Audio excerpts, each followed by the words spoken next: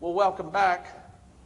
Hope you had a good break there. Whatever you've been doing since our last session. Don't know how long that's been, but I hope it's been a good interim for you. You've learned some stuff about yourself, that you've been able to debrief those God sightings, His work in your life, and that you're noodling on some of these issues of what it means to be a missional follower of Jesus. Because after all, this is session 4 of a 12 session, and you can't possibly yet have figured out what it is to be a missional follower of Jesus. That doesn't happen till the very end of session 12. But as a neophyte into this, welcome back. And those of us who are very learned in this are letting you in on our secrets. Now, here's a biggie. We've talked about, and you know, but I have to fill up this space because this is a 30-minute session, no matter if I have anything to say or not. So we've talked about Big C Missional Church, of what God is up to in the world, what kind of culture supports that. But I want to bring, starting with this session, let's just get right to you, right to your point. And for the next few sessions, I'm going to talk about how God uses a spiritual preparation process, or just basically a preparation process, not a planning process, to pull you into being the kind of person and pull you along on this developmental path. In fact, most of us human beings, whether it's in our lives or organizationally, we tend to think about approaching the future through prediction and planning. And so, you know, I get my monthly report from the annuity folks, and I think, oh, what we did last month, we should certainly do again next month, unless it's a bad month, and then I'll hope it's not like that. But I mean, we and then predict out, a year of this kind of growth on into the next year. I mean, how crazy is that? Or we predict that we're going to have great health for the next year. Or we predict that our kids are going to, just follow their path and won't have 5 accidents as they get their driver's license. Or we predict that the people around us will behave. Or that tornadoes will leave us alone. It's funny, isn't it? We predict our future based on typically just taking what we have and pushing that, and none of us know what's coming our way. Now, with that good news, I could terrorize you and paralyze you and send you into fear and anxiety. And if you're not worried, then I've not done my job. If you've not reached for the Prozac yet, then I'm not having my intended impact on your life. But because the truth is, it's hubris that keeps human beings believing that we can predict the future. That's craziness. Just ask Job. So so we think prediction and then planning, and our planning models for our lives, for our organizations, are based on this predictive model of where we think we're going to be. Well, that's really not how God wants us, I think, or reveals that He works in getting us ready for the future. He doesn't use a planning modality for our lives. He uses a preparation modality for our lives. And that preparation modality has some key components to it. But I'll just start by saying that that actually there's some scriptural examples for what I mean, just to kind of make sure you understand, not that you don't understand, make sure I explain what I mean by preparation. For instance, God is the one that says, I know the plans I have for you. He's the one doing the planning. It's our job to do the preparation. Or we've talked about Abraham. There's a good example. Abraham couldn't possibly plan the life that he lives.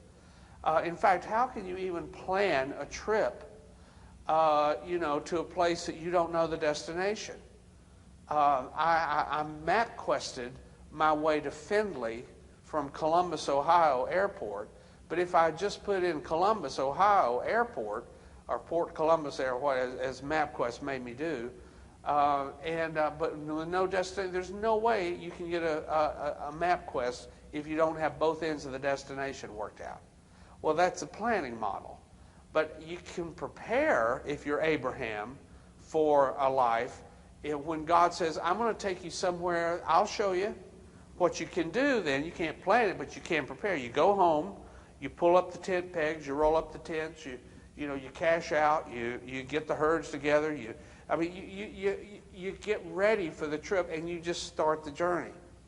Or if you're the children of Israel centuries later and you're in Egypt and you hear the word, you're going to be delivered. Now, maybe Moses thought you could pull off Exodus with a strategic planning committee. I don't know. Maybe he tried it. Maybe that's some of the stuff in between that we don't get reports on. But the truth is, God doesn't pull off Exodus with a strategic plan. What God does, it's his strategic plan, but certainly not he. It was not their job to plan the Exodus.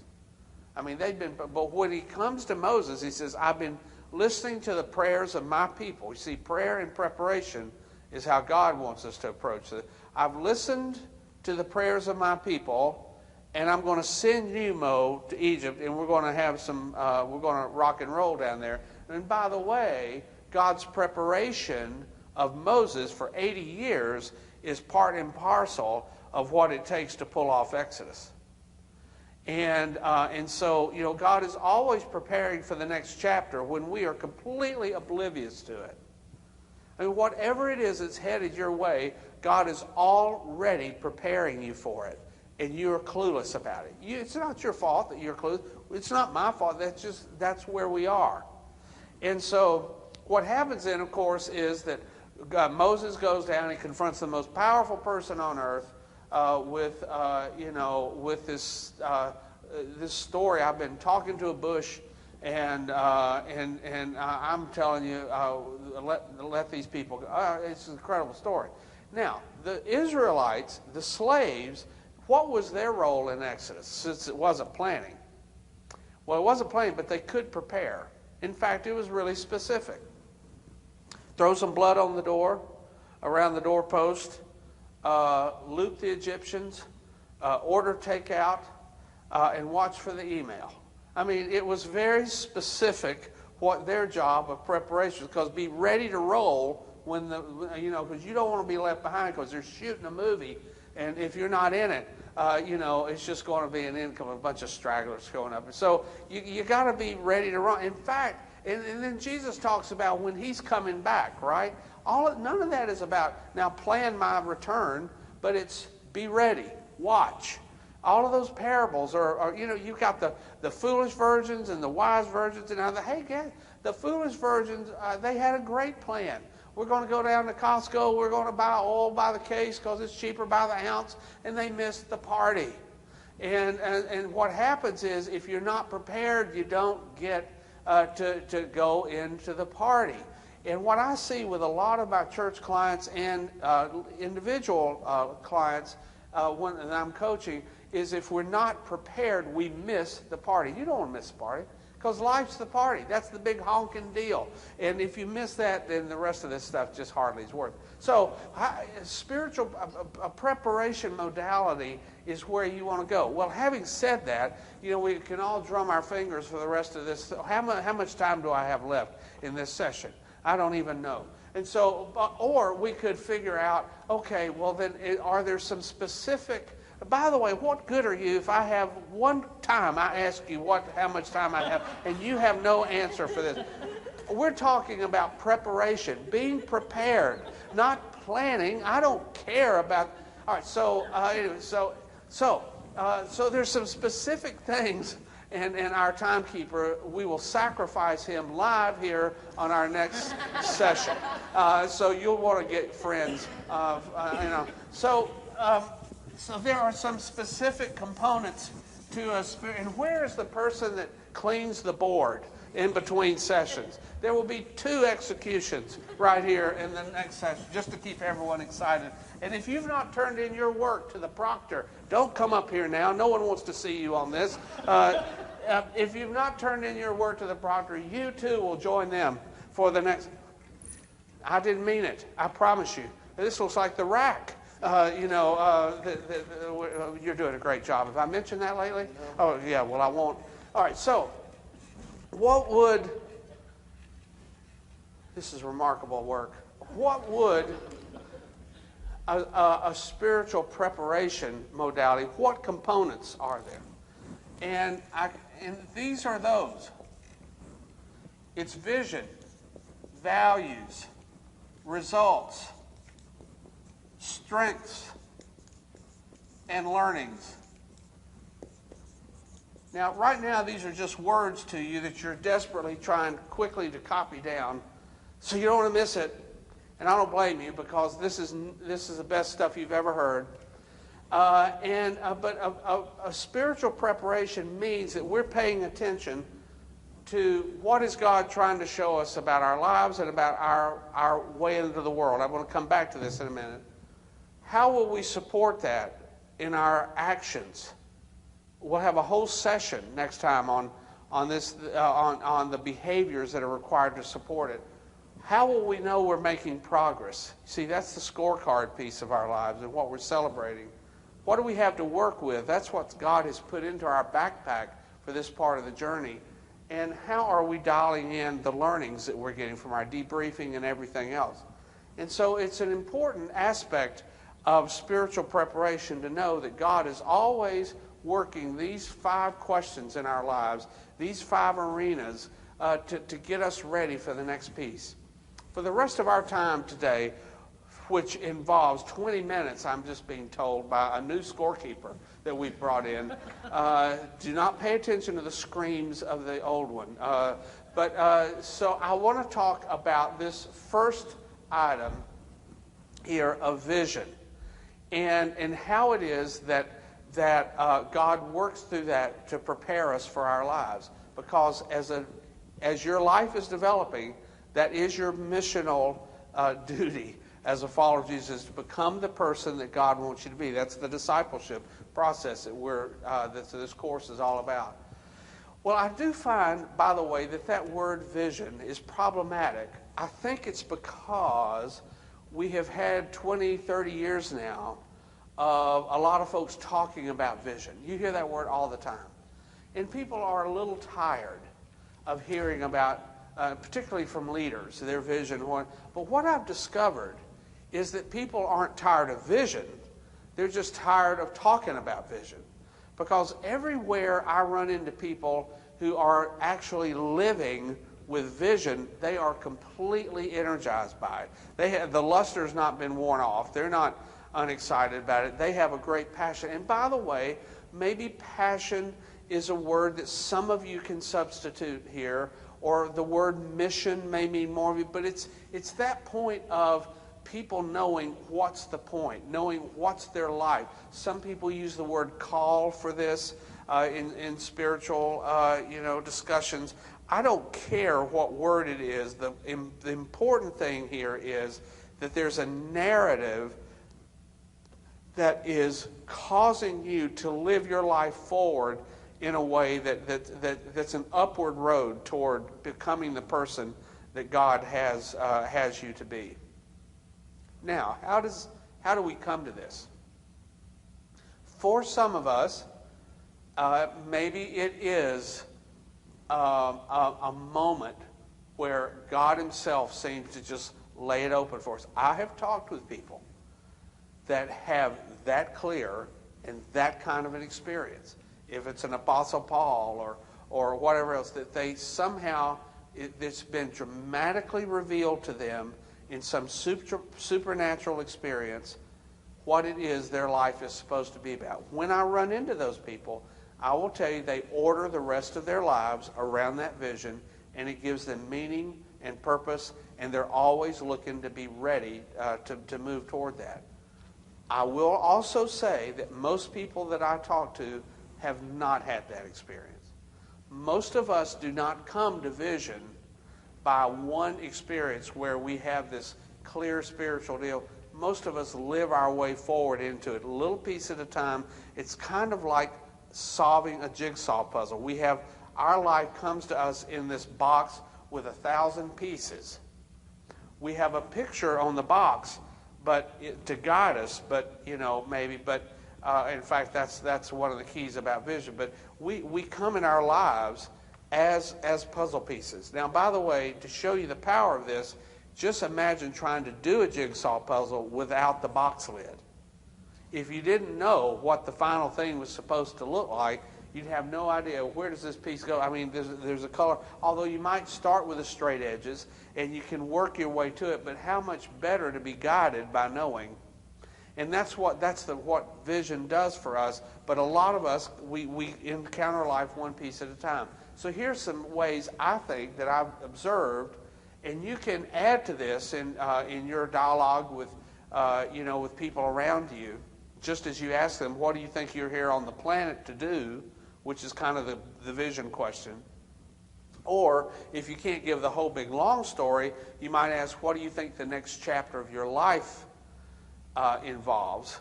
Which, by the way, I've discovered too that vision, that narrative of our lives, typically has chapters. It's not one uninterrupted. We have seasons.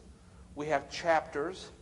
We have 7 good years and maybe 7 lean years. We go through various plots, but they're all subplots from the main plot. In fact, when we look back across our lives, many of us are able to see there was a theme here. We just didn't know it at the time. Because, you see, we're living into this.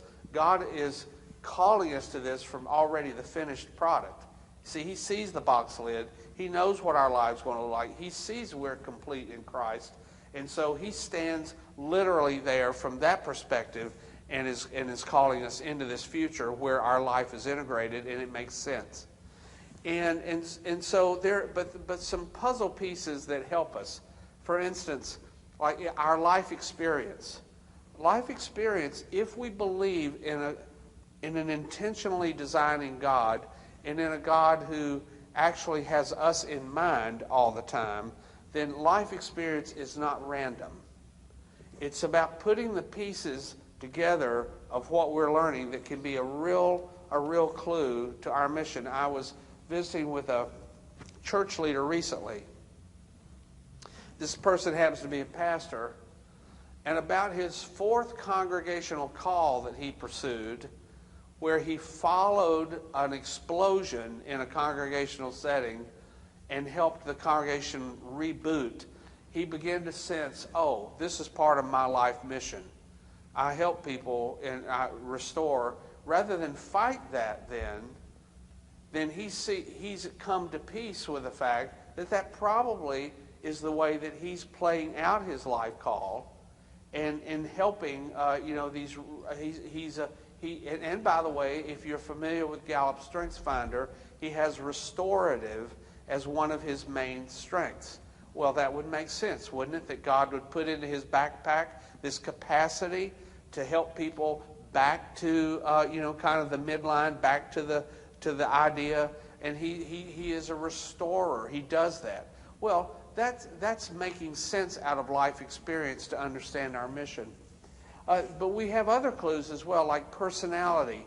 Personality is not something that, and I'll come back to this in another session. Personality is critical. It's not random, and it's not just our preferences. Our personalities are the way that we prefer to process the world and the environment around us. And they're not something just for us to get over. These are God's ways. Some of us are introverts, some of us are extroverts, some of us, and we figuring out that that the way that we are wired is one of the clues to life mission. Could be an important release for some of us. Some of us are always trying. In fact, I run into this. We make it sound so spiritual, and it's really just so dumb. To say that. I'm this way. I've never liked what I'm doing. I'm not really good at this, but this is what God has me doing. Are you kidding? What kind of crazy God would do that? The gifts, the call, your person, all of this is of a piece. God is not schizo. He doesn't talent you one way, preference you one way, and then call you to be a life of misery swimming upstream your whole time doing something you're not good at. That's not exactly a preparation modality. And so finding out what your personality, your talent, we're going to spend a whole session on that. What you do well matters and is a piece of the puzzle. Or figuring out those things that make you feel alive. I mean, this is an important, how much time do I have? Do I have time for this story? really figuring out what makes you feel profoundly alive is a key part of your mission. I'm thinking about the movie Chariots of Fire. It was my first year of marriage, and that movie came out, so that dates me. And so what year was that? 1982, I think, was actually it came out in the spring there maybe. And Kathy got home from school. She said, "I want to go see this new movie," and so we did. And I didn't even ask. I mean, Kathy wanted to see a movie. I'm fine with that. But she said, I said, "What's the name of Chariots of Fire?" She said, "I thought it was a science fiction flick. I had no idea what it was about." And then I go, and she tells me on the way, we walked just a block and a half up to the theater from where we lived, our little duplex in this East Texas town. And I took my seat in the theater there, my usual position.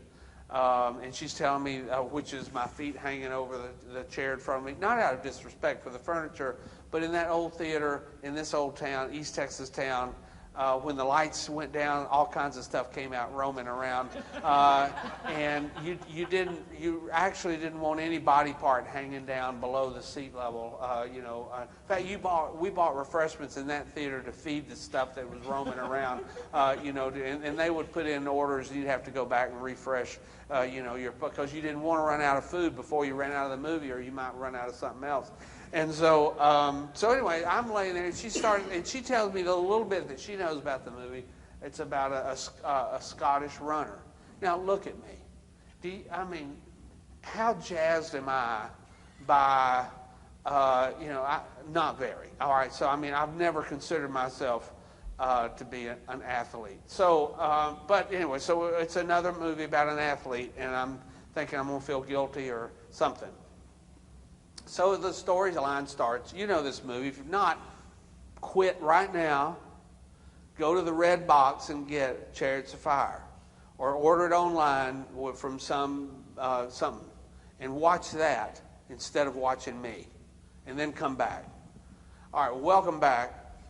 So remember that part of the movie where Eric Little is explanifying to his sister Jenny why he's putting off going into the missionary business, China, putting off that to do something frivolous like running the Olympics, And so he takes Jenny out on a little walk outside the church there in Edinburgh. And, Jenny, God made me for a purpose, China, Oh, Eric, she thinks he's going to get on the next boat going. But then that next line is so fast. He said, "But he also made me fast." Do you remember this part of the movie that you just saw? He also made me fast. When I run, I feel his pleasure. Holy cow. When I heard that, I totally forgot where I was. I sat up straight. My feet hit the floor. Reckless abandon. I just sat there in this. You've been there in those moments where everything's frozen. Time stands still, which proves Einstein's right. Time's relative. I don't want to talk about that now. Don't get me off this story. And because if I did, it would be about how God could intersect your life, knowing what's coming your way. But I don't quit interrupted for me. All of my life, though, in that moment, as I went back through, it just reshuffled the deck. See, it had never crossed my mind. Now, I'm in my late 20s. It had never crossed my mind that I could bring a smile to the face of God. Not like that. See, I've grown up in church. So I knew how to help God frown. I knew how to keep God up nights worrying. I knew how to, consternate him. It had never crossed my mind that he could literally be overjoyed with me. Now, you think this is a big moment or what? In fact, I didn't even know that was in Scripture. Psalm 149, verse 4, part A, "For the Lord takes pleasure in his people."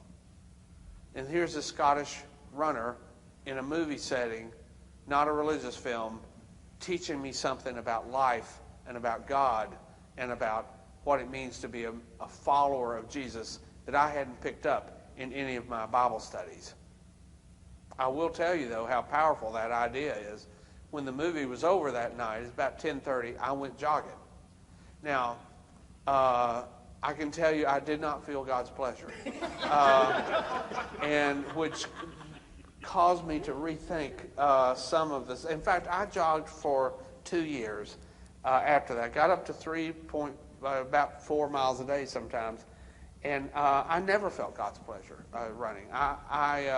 People would tell me about praying while they run, and my prayer is generally, "Oh God, just let me get back to the house." And it was visions of ice cream that kept me running. And so I pretty well have figured out when I eat, I feel His pleasure. And so that's pretty much my recommendation to you as a discipline: eat more, and don't let those people cow you down about no, I'm messing. All right, now, but this is the power of vision in Eric Little's life. Enabled him, by the way, to stay true to his convictions and to have a remarkable life, because he did eventually go to China. That was his life purpose. Had a remarkable impact. But I'll tell you, it's knowing what floats your boat, what lights you. I mean, when is the wind in your sail? What is it when you do it? You feel the smile of God. What is it that when you do it, other people say, "Whoa, you're really good at that." Don't discount that. Or when you feel like, "Boy, this is what I was born for. Everything else is just paying the rent." I mean, so your job in life is to figure out how to lower the rent payment on the other stuff so that you can do that more. That little clue is a big clue to your life's mission. The stuff that brings you joy, brings you satisfaction, brings you a sense of connectedness with the larger story, with humanity, with God, with you. Well, I think that, and by the way, this is why none of us can do this discipleship journey, this people development journey alone. That's why a privatized approach never, you're not even considering it, but you see, you have to get feedback in your life. What do you do well? When do other people see you most alive? I told a person recently in a coaching session, I said, let me tell you where your energy went up in our discussion. He didn't even realize what he was telegraphing as he went through his life options. But an observer, I could see that. This is when the light shone in your eyes. This is when you were ready to dance. This is the stuff. Well, those are all clues. Now, by the way, what kind of God would show you that and then say, "But not too much of that now"? Are you kidding? I mean, it's like we have a scarcity God, not me, not you, the other people I'm thinking about, who have this scarcity view of God. Are you kidding? This is a God whose Son who says to you, "I've come to give you life, and in case you wonder what kind, abundant." Which means that if He's given you this view into your large life story, wouldn't it be like Him to also make sure you're experiencing that more? I mean, it would be like the devil to show you that. Like Mephistopheles and Faust, I've seen heaven, it's punishment enough just to have known heaven, the fallen demon there, or angel that is having the discussion. No, I mean, God doesn't show you that to torment you. God shows you this richer life to call you into it, because He's preparing you for it. All right, well, next time, should you return from your jogging, and live through it, and have that bowl of ice cream, settle back, because we're going to talk about other components of a preparation that will allow you to be the person that God wants you to be. See you then.